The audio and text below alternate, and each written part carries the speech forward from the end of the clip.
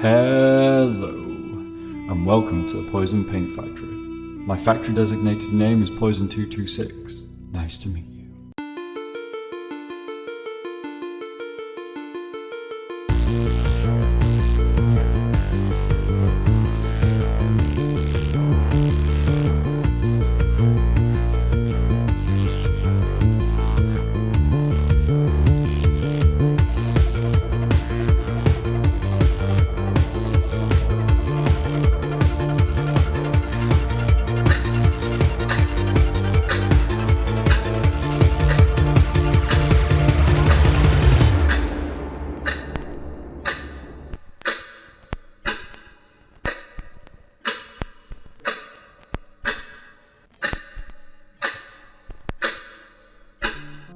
Welcome back to another painting video. So I'm going to do something a little bit different with this model. It's actually quite a big mini, as you can see from my hands.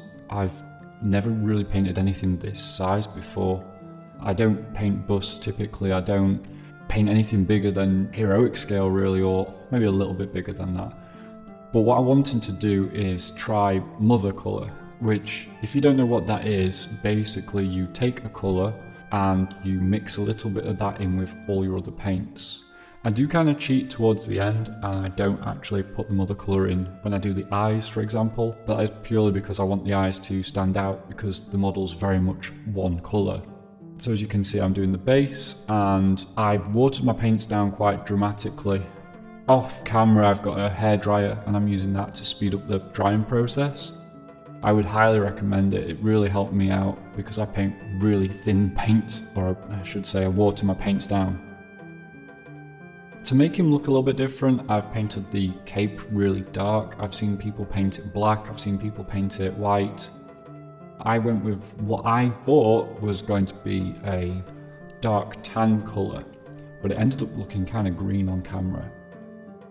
But I just thought, keep going, let's trust the process and see if it actually works out.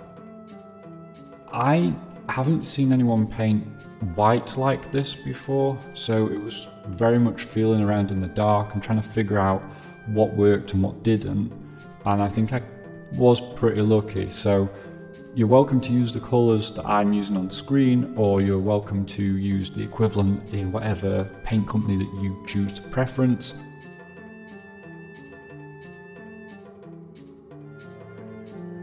Here I'm just trying to start highlighting where I think the light would be, hitting all these ridges. It's really a good model for that kind of thing. There's quite a lot of surface area to play with if that's your kind of preference. I'm not used to having such big spaces. And you can you can see with how it's almost impossible for me to keep it in focus while I paint anything other than the actual model himself. Here I watered down the colours, as you can see, to try and create a shadow. I think it looks quite convincing. Again, watered it down and done a couple of layers and used the hairdryer to dry it quicker. Again, highly recommend that. And now I'm going back to the actual model himself, Moonknight himself, and I'm starting to pick out where I want the highlights to be. So I want the muscles to look really defined. I want his face to be bright and in focus. I'm using a comic cover by David Finch as inspiration for the bottom. That's the name of the series, not, you know. And I'm just picking out little bits and highlighting it up like very gradually.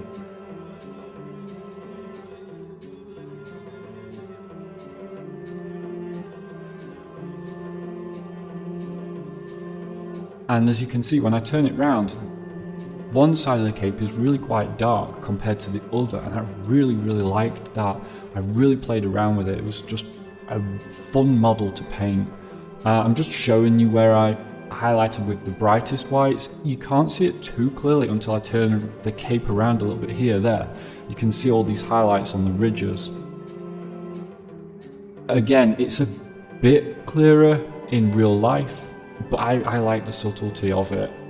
When you paint white to show white or read as white, it just looks so flat. And what I've learned is use greys, or in this case I'm using tan colours to show darkness, and bring it up to white, but your white has to be the smallest highlights, like above his eyes, where his mask is, the ridges of the cape, all the little bits. And then what I did was I saw that the bracelets were like a metal, and I thought, right, let's do a bit of non-metallics here. It was so easy, so quick to do, just a couple of little highlights just showing a little of the last colour you used each time. And it looks really, really nice. I'm no expert, and I'm really proud of this paint job. I thought I fell lucky with it. And the eyes are quite big, so again, if eyes are a thing you struggle with, these chibi dramatic models are absolutely brilliant for that.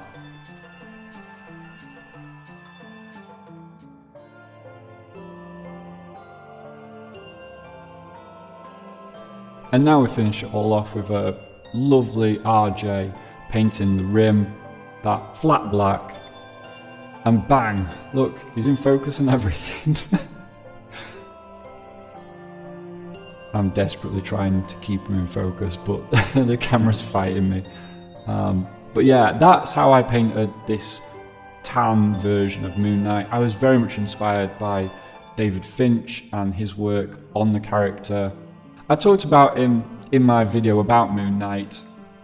Highly recommend the artist, highly recommend you checking out his work.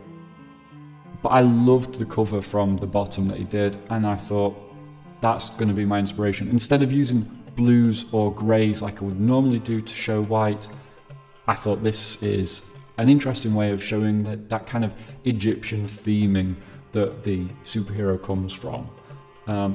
I'd recommend trying this. I'm going to try this on some other models and see what kind of different results I can get from it. But just have fun. Paint, play, enjoy it. Don't stress out about it. Take your time. It's meant to be fun. So this is actually the comic cover I was just talking about, and I'm really proud of that. I know it's not exact. I know that his face is in shadow. I didn't want to paint his face as dark as that because I thought on this particular sculpt, on this particular model, it would just look like he's wearing a black mask rather than it being in shadow. But I really like it. I'm really proud of this job that I've done on this model. And if I had a second one of these, the crescent dart that he's got in his hand was totally going to be a banana. Welcome back. This is mini number 2. I didn't know if I was going to get this one done in time, but I just managed to finish it last night. Today's Wednesday as we bring out the videos on a Friday, so Ray's got to put her editing hat on very quickly and get this one cranked out for you. This one's from Marvelzombies by coolminiornot, which is part of the Zombicide game range. It wasn't too bad to clean up. I did miss some bits, so you'll probably see that later, but it did need a little bit of cleanup. I gave him a little bath because releasing fluid needs to be taken off, and then I used an airbrush to prime him because I didn't trust myself getting all the releasing fluid off.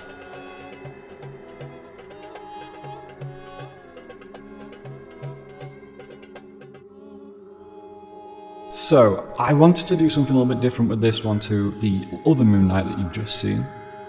The other one I was going for an Egyptian theme using the bottom as a reference. This one, I'll show the picture later, I don't want to give too much away. But I wanted to give him a bit of a blue-white colour, which I've seen quite a few people do, and it looks really effective, really nice, so I thought I'd throw my hat in the ring and give this one a go.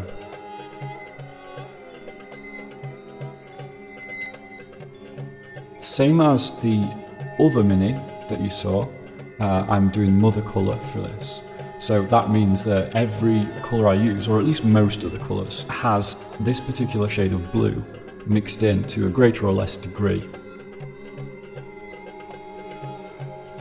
If there's 2 paints on the screen other than the mother colour, then it's generally a 50-50 mix, but you can't really go too far wrong, as long as it looks similar if you are trying to paint along at home.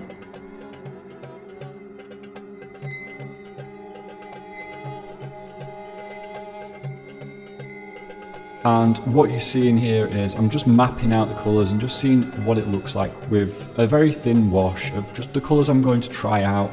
And there you go, I've just thickened it out and given it a good old 2 thin coats.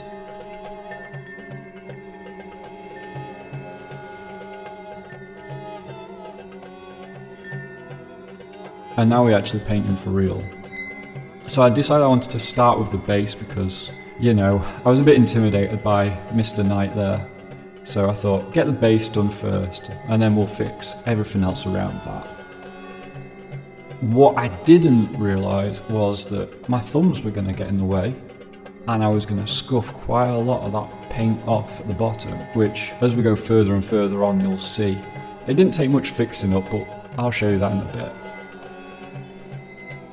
What I started doing now is just dropping some darker colours in to give it a bit more depth. So as you can see, I'm starting to pick out some of the bricks to give them a bit more definition. The sculpt's actually really nice for this kind of thing. There's quite a lot of depth to the model already. Needs a little bit of cleaning up. As you can see, I missed some bits and they do stick out like a sore thumb the further into the project you get. But for the most part, it's not bad. The sculpt's alright.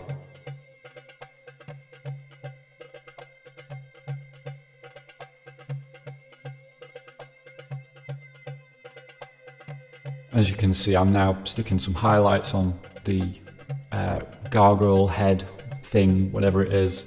And I've picked out some of this rebar that's sticking out the back. Not really much to say about this part of the process, but you can see what I'm doing. Brightening it up gradually.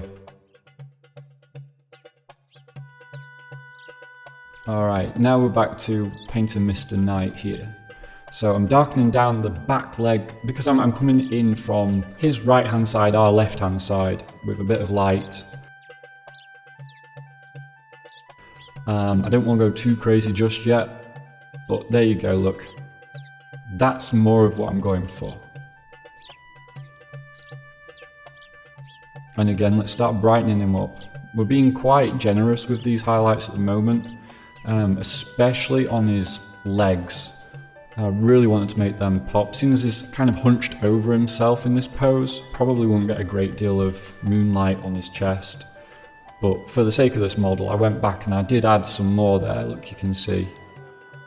But I still went higher on his legs and on his boot there. All the way up to pure white, and this was where I cheated and didn't use mother colour because it was looking too blue. I really wanted his leg to stand out, really pop there. And you know what I said about bananas earlier? Well, I thought I'd go back with a little bit of yellow and just touch up the moon on his chest and the crescent darts that he's got, just to kind of make them look a little bit different to the rest of him. And here I'm just adding a little bit more definition to some stuff. So the claws are one of those parts of the model that has quite a lot of extra plastic jutting out of it, and I couldn't do anything with the knife. At this point I'd kind of gone too far into the model, so I just put a little bit of a darker grey over it and it doesn't show up quite so bad. And now we're doing the cape. So I wanted to keep a little bit of a blue tint to it, and I wanted it to be a little bit darker generally than the rest of him because I didn't want it to pull too much attention.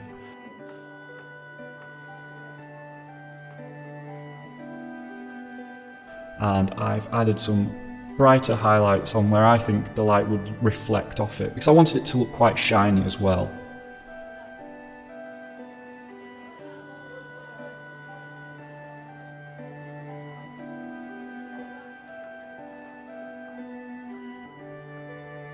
And now we're doing the underside of the cape. Just for reference, I timed myself doing the top of the cape and the bottom of the cape, and I think it was about 2.5 hours for the top and 2.5 hours for the bottom, and touching up some bits and doing the rim. So I hate to think how long I spent on the full model, but yeah, it was 5 hours on pretty much just the cape. That kind of shows how slow I am as a painter, but I'm hoping to improve and get faster with time, but I don't want to drop my quality just yet. Not until I start doing armies. And here are some shadows that I've put back in just to give the underside of the cape a bit more of a darker shadow there. And the rim's done, and I've touched up all those horrible bits that I scuffed with my thumb. and here he is. I hope you've enjoyed this video, and I hope you enjoyed watching the process and a little bit of the behind the scenes. I'm trying to take a bit more of a laid back approach to these videos. Less of a painting guide, but more of just a hangout. And that's the reference picture I used for this version of Moonknight. Let me know how you think I did, whether I've managed to actually capture that image or I totally missed the mark, I don't know. I'm obviously going to be biased, it's my painting, but you tell me. So I've got a nice little surprise for you all if you've reached this part of the video. If you saw my video on Moonknight and you got all the way to the end of that video and we talked about what if Mark Spector had a child and he wanted to try and protect her from Khonshu, Lokibot, who does the thumbnails for our videos, reached out to me and said that he wanted to have a crack at drawing the alternate versions of the Moonknight character that we invented. So, as you can see on the screen, this is Thoth's avatar, Pallid Ba. If you want to know more about her, you'll have to watch the Moonknight video that we did. But she's more bookish, and she's kind of the more chilled out of the two personalities that you're going to see. The second one is Seshat's avatar, who's referred to as Ma'at, or Ma'at of the Dark. She's a lot more feral, aggressive, no nonsense. I think Loki's done a fantastic job with these guys. I've had very little input other than what I said in my original video, and he's absolutely knocked it out of the park once again. If you reach out to Lokibot, I'm sure that he'll do commission work for you. He's very good, very attentive. But yeah, so I hope you've enjoyed the video, and I'll see you in the next one. And so, with that all said, thank you for your time. I wish you a good day, and many more besides. Yours, forever in horror, 226.